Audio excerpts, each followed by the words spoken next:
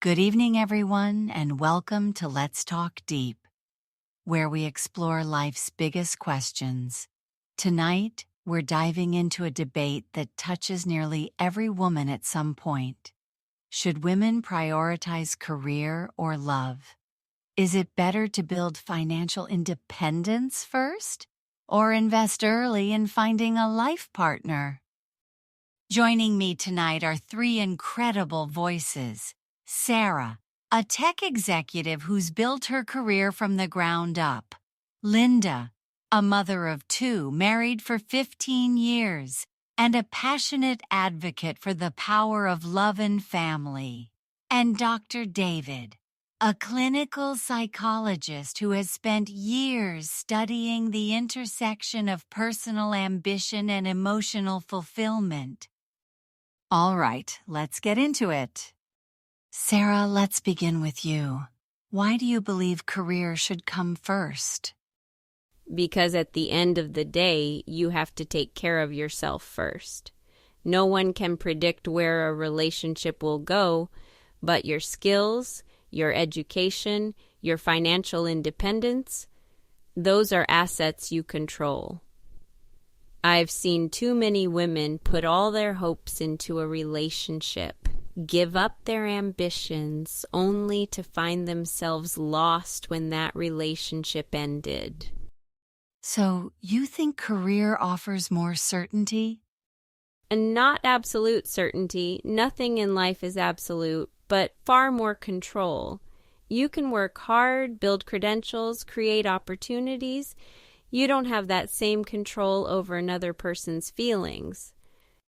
Sarah, I hear you, but relationships aren't just about risk management. Life isn't only about safety nets and financial plans. Love offers something profoundly human: connection, companionship, family. When I look back at my happiest moments, it's not my husband's salary or my children's school awards. It's sitting together at dinner, sharing stories, building a home. I'm not saying love isn't meaningful. I'm saying love is stronger when you enter it as a whole person, not as someone desperate to fill a void. David, you've heard both sides. What's your psychological take? Both are describing two core human needs: autonomy and connection. Career satisfies autonomy, personal agency, self-efficacy, control. Love satisfies connection, belonging, intimacy, shared meaning. Problems arise when people expect one to fulfill both roles completely. Let's explore a very common situation. Imagine a woman, say 28 years old, who just landed her dream job offer overseas. But she's also in a beautiful, blossoming relationship. What would you advise her? Take the job. Real love can survive distance and time, but career opportunities, especially global ones, don't knock twice. If you pass this up now, you may regret it for years. See, that's where we differ. Love isn't like a job listing you can reapply to later. When you find someone you truly connect with, someone who shares your values and dreams, that's rare. Building a strong relationship takes presence, shared experiences. Long distance may sound romantic for a while, but it's extremely difficult. David, how do you see this kind of situation playing out? Both choices carry risk. Choosing career may strain the relationship. Choosing love may risk long-term resentment if career goals are sacrificed. What matters most is open communication. Does the partner support her ambitions? Are they willing to explore creative solutions together? Couples who navigate these dilemmas successfully often build very strong bonds. But David, there's also a dangerous fantasy that you can always figure it out later.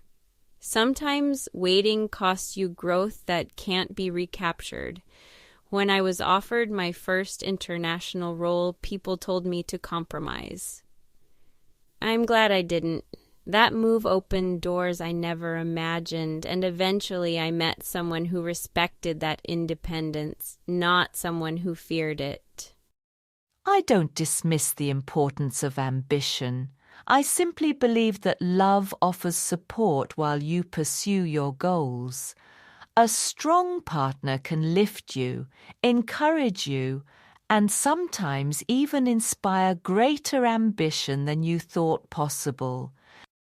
Now let's tackle what may be the hardest part of this entire debate: societal pressure. Do you believe women face more pressure than men in this choice? Without a doubt, a man who works hard is called ambitious. A woman who works hard is called intimidating. I've been called too driven, too focused, too independent. And my favorite? You're narrowing your dating pool. I always want to respond, so I should shrink my dreams to enlarge my dating options? There is a double standard, Sarah, you're right. But part of this is rooted in biology too. Most women, not all but many, do feel the pull to have children earlier than men. That reality feeds societal narratives. But that pressure often forces women into panic mode. The biological clock becomes a fear tool.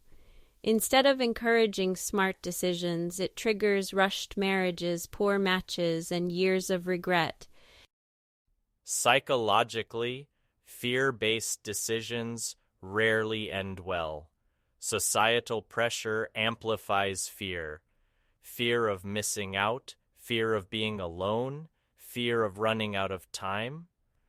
When fear dictates life choices, people often suppress their true values. Is it harder for women to balance ambition and vulnerability?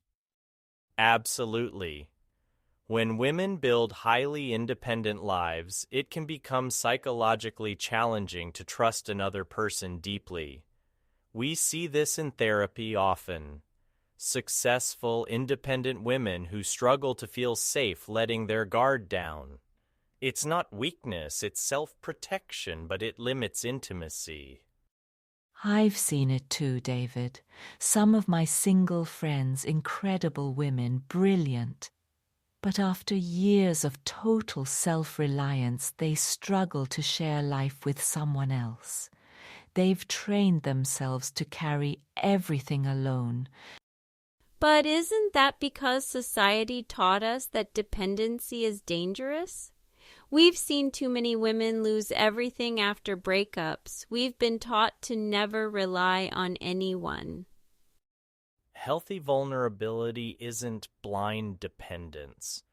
It's the courage to let someone in while still honoring your own worth. But it requires discernment, and that's where emotional maturity comes in. So, in a way, both paths require risk?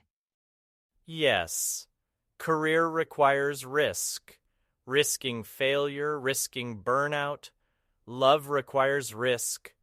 Risking heartbreak, risking disappointment. The healthiest people develop skills to navigate both. Let's shift to emotional consequences. Sarah, what emotional risks do you see for women who focus only on career? The primary risk is loneliness if you completely shut out relationships, but having a career doesn't mean isolating yourself. You can still date, build friendships, nurture meaningful bonds. The difference is you're not relying on a partner to complete you. But there's something beautiful about building emotional intimacy over time. Starting young, growing together, facing life's changes as a team.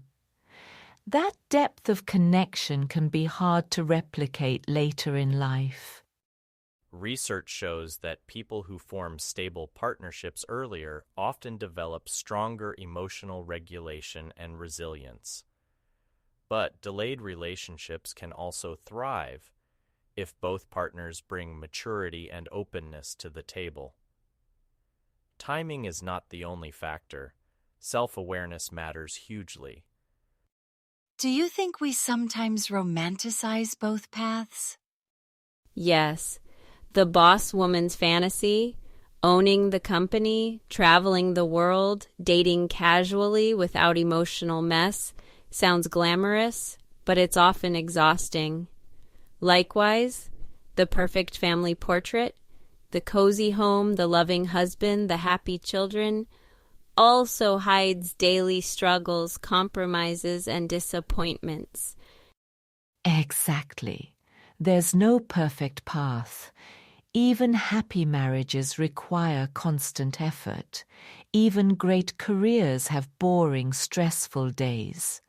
What matters is choosing the life that fits your deepest values.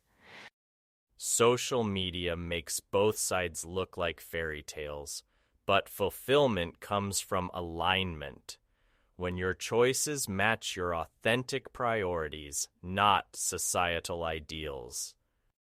Let's each share one piece of advice for women facing this dilemma. Invest in yourself, build your skills, your confidence, your independence. Don't rely on anyone else to give you security. Don't be afraid to love deeply. The right partnership can become your greatest source of strength and joy. Seek balance early. Neither career nor love alone can fulfill all your needs. You deserve both, autonomy and connection. Thank you all for this incredible conversation. To our viewers, what do you think? Career or love? Or can we truly have both? Share your thoughts in the comments. We'll see you next time on Let's Talk Deep.